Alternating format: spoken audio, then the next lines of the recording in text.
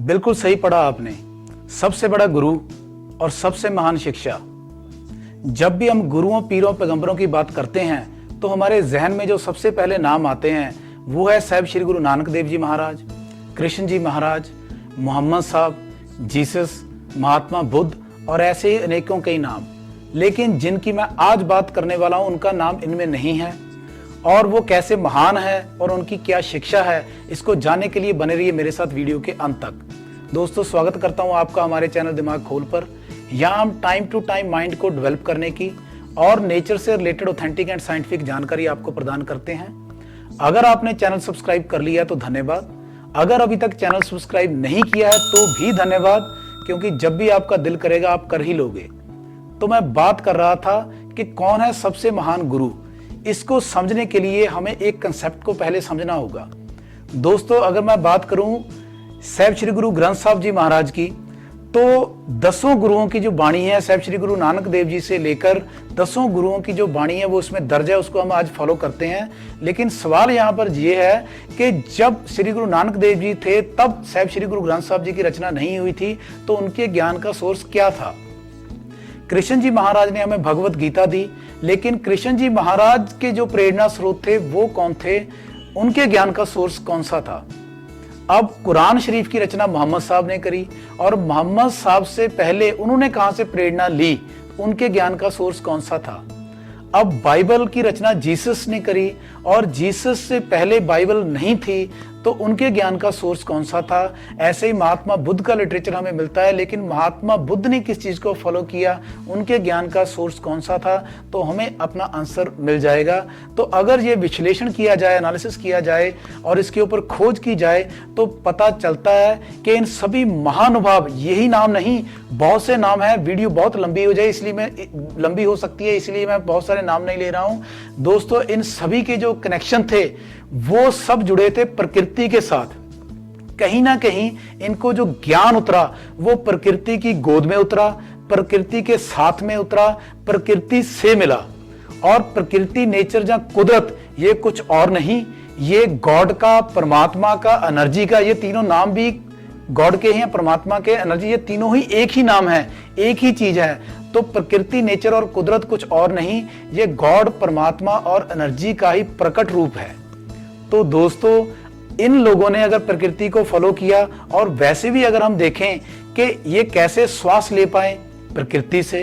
इन्होंने अपना फिजिकली जैसे खाना पीना कहां से लिया, प्रकृति से। इनकी पैदाइश कैसे हुई, प्रकृति के रूल से। तो दोस्तों, फिर हुई ना प्रकृति इन सब की गुरु।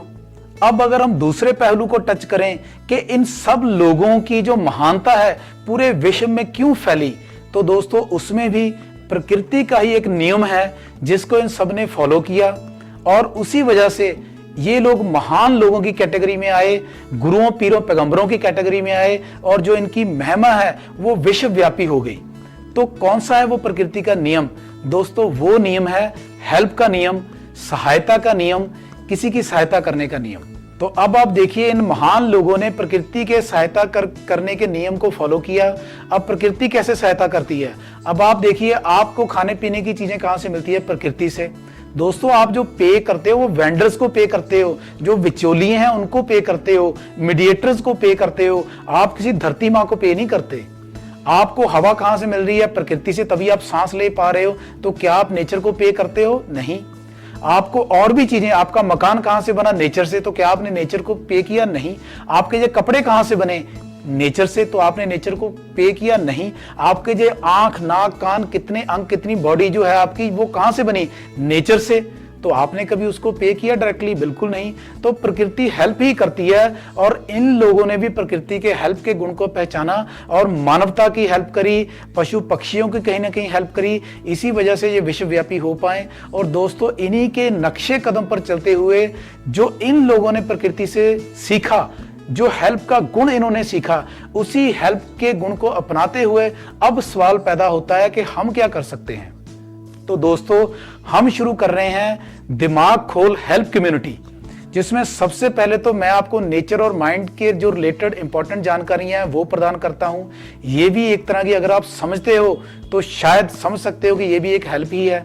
अब दिमाग खोल हेल्प कम्युनिटी में क्या क्या होगा, कौन कौन इसमें पार्टिसिपेट कर पाएंगे, इसके ऊपर थोड़ी सी चर्चा करते हैं। तो सबसे पहले है पॉइंट नंबर 1। दोस्तों, आपके पास जो भी गुण है, जरूरी नहीं कि आपने सिर्फ पैसों से सहायता करनी है। अगर आप कोई शॉपकीपर हैं तो आप जो दिमाग खोल हेल्प कम्युनिटी के जो मेंबर्स हैं उनको आप कुछ चीजें जो भी आपका मन करे, कोई रिस्ट्रिक्शन नहीं है, वो डिस्काउंट के ऊपर दे सकते हैं। अब मान लीजिए आपका कोई सोलर सिस्टम्स का काम है, आप दिमाग खोल कम्युनिटी के जो मेंबर हैं उनमें अपनी चीज को प्रमोट कर सकते हैं हमारे जरिए, और आप उनको एक अच्छे डिस्काउंट के ऊपर वो चीजें दे सकते हैं जिसमें हमारे जो मेंबर्स बनेंगे उनको कोई बहुत ज्यादा दिमाग पोची और बहुत ज्यादा कोई इधर उधर सर्च करने की जरूरत नहीं पड़ेगी, वो भी एक विश्वास के साथ आपके कस्टमर बन सकते हैं। अगर आप टीचर हैं तो आप अच्छी क्वालिटी के साथ पढ़ा सकते हैं, और साथ में जो भी आपकी ट्यूशन फीस है, जो भी आपकी फीस है, अगर कोई दिमाग खोल हेल्प कम्युनिटी का मेंबर है, क्योंकि वो भी हेल्प कर रहा है इसलिए आप उसको कुछ ना कुछ डिस्काउंट दे सकते हो। इसके अलावा अगर आप कोई आर्टिसंस हो, आपके पास कोई हाथ से काम करने की कला है, कोई नक्काशी आती है या कोई और कला है, या फिर आपको कोई आपके गांव में या आपके शहर में ऐसे लोग जानते हैं जिनका गुजारा बहुत मुश्किल से हो रहा है लेकिन उनके पास कोई हाथ से काम करने की कला है, तो वो भी हमारे साथ मेंबर बन सकते हैं। हम उनकी जो चीजें हैं उसको प्रमोट करेंगे, और जितनी हमारी दिमाग खोल हेल्प कम्युनिटी फैलेगी उससे उनको वहां पर कस्टमर मिलेंगे और दोनों को आपस में म्यूचुअल बेनिफिट होगा। अगर आप कोई एडवोकेट हैं तो आप पहले तो अच्छी तरीके से सलाह मशवरा देके कि लोगों में लड़ाई झगड़े कम हो, लेकिन अगर कहीं हो ही गया है तो कम से कम आप उनको बिल्कुल जेन्युइन एडवाइस देके जिसमें उनका जो खर्चा कम से कम हो, आप दिमाग खोल हेल्प कम्युनिटी में मेंबर बनकर उनकी सहायता कर सकते हो। इसी तरीके से अगर आप डॉक्टर हो, अगर आप इंजीनियर हो, या कोई और प्रोफेशनल सर्विसेज आप प्रदान करते हो, या किसी भी तरीके का आप जो भी काम कर सकते हो, आप अपने काम के जरिए ही आपको इससे कस्टमर मिलेगा और आप अपने काम के जरिए कुछ ना कुछ लेवल का डिस्काउंट जो भी आपको अच्छा लगे वो देकर आप इस कम्युनिटी के मेंबर बन सकते हो। अब है पॉइंट नंबर 2 कि इस हेल्प कम्युनिटी के मेंबर कैसे बने। तो दोस्तों, आपने सिर्फ या दिए गए फोन पर भी आप मेरे साथ कांटेक्ट कर सकते हो, या मैं डिस्क्रिप्शन में अपना नंबर दे दूंगा, वहां पर आप मेरे साथ कांटेक्ट कर सकते हो उस नंबर के जरिए। तो आपने सिर्फ मुझे कॉल करनी है, और मैं जितने भी शॉपकीपर्स हैं जो भी सर्विसेज प्रोवाइड करते हैं मैं उनकी एक लिस्ट मेंटेन करूंगा, और हर हफ्ते वो लिस्ट अपडेट होगी, और वो हमारे जितने भी दूसरे मेंबर हैं उनके पास चली जाएगी अपने आप ऑटोमेटिकली। और वो मेंबर जब भी उन्हें किसी चीज की जरूरत हो वो पहले अपनी कम्युनिटी से सर्च करेंगे, और मैं यहाँ पर उन मेंबर्स को भी रिक्वेस्ट करता हूँ कि सबसे पहले आप मार्केट में ट्राई करिए। उस ट्राई करने के बाद जब आपको पता चल जाएगा कि क्या रेट है, कैसी सर्विस है, कैसी क्वालिटी है, उसके बाद आप हेल्प कम्युनिटी के जो मेंबर्स हैं वहां पर अप्रोच कीजिए, और डेफिनेटली आपको बहुत बढ़िया जो ऑप्शंस है यहां पर आने वाले समय में मिलेगी। अब है पॉइंट नंबर 3 कि जो आम मेंबर्स हैं जिनके पास कोई सर्विस नहीं है वो कैसे मेंबर बन सकते हैं। तो वो तो बिल्कुल सिंपल है, उनको तो कॉल करने की भी जरूरत नहीं है। जब भी वो किसी शॉपकीपर के पास जाएंगे तो वो सिर्फ दिमाग खोल चैनल की जो सब्सक्रिप्शन है जो आपने सब्सक्राइब कर रखा है अपने यूट्यूब के ऊपर आप वो दिखाएंगे, और वो भी मान लेंगे क्योंकि हमने किसी से कोई लेना देना नहीं है। अगर आप यहाँ पर ये सोच रहे हो कि अगर जो दुकानदार हैं या कोई सर्विस प्रोवाइड करने वाले हैं वो अपनी सर्विस प्रोवाइड करेंगे तो उनको कोई चार्जेस देने पड़ेंगे, दोस्तों कोई चार्जेस नहीं है, कोई मंथली फीस नहीं है, कोई एनुअल फीस नहीं है, किसी तरीके के कोई चार्जेस नहीं है। लेकिन हाँ, अगर यहाँ पर मैं ये रिक्वेस्ट करना चाहता हूँ, लेकिन अगर दिमाग खोल हेल्प कम्युनिटी के माध्यम से आपका बिजनेस बढ़ता है, आपको इनकम होती है, आपका सर्कल बड़ा होता है, तो जो भी as you wish, it is totally as per your wish कि आप अगर करना चाहो, क्योंकि हमारी जो कम्युनिटी है वो कई सारी एनजीओज को भी सपोर्ट कर रही है। हम खुद भी पक्षियों के संरक्षण में, जो जख्मी पक्षी होते हैं उनके ट्रीटमेंट में काम कर रहे हैं, वृक्ष लगाने में काम कर रहे हैं। तो अगर आपको लगे कि आपके बिजनेस में कुछ फायदा हुआ है, आपकी सर्विसेज के लिए आपके जो कस्टमर्स हैं वो बढ़ पाए इस कम्युनिटी में आने के बाद, तो जो आपको अच्छा लगे वो आप डोनेट कर सकते हो, लेकिन it is totally as per your wish, there is no restriction.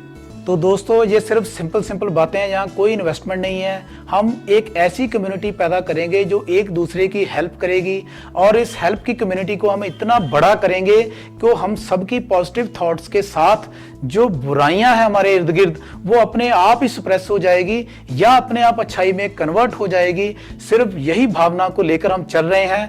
तो be the part of this दिमाग खोल हेल्प कम्युनिटी और इससे हम सहायता प्राप्त करें और सहायता प्रदान करें।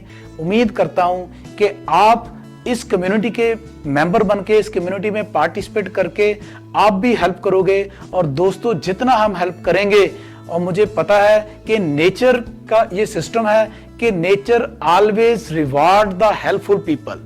तो इसी शुभेच्छा के साथ कि मैं अपनी बात को आपके सामने प्रस्तुत कर सका हूं, मैं अपने आइडिया को आपके दिमाग तक कन्वे कर पाया हूं। अंत में बस इतना ही कि जो लोग भी अपनी सर्विसेज के जरिए इस कम्युनिटी में पार्टिसिपेट करना चाहते हैं, वो जैसे ही मेरे पास एनरोल हो जाएंगे तो मैं उसकी लिस्ट टाइम टू टाइम यहाँ पर अपने चैनल की डिस्क्रिप्शन में ओपन कर दूंगा।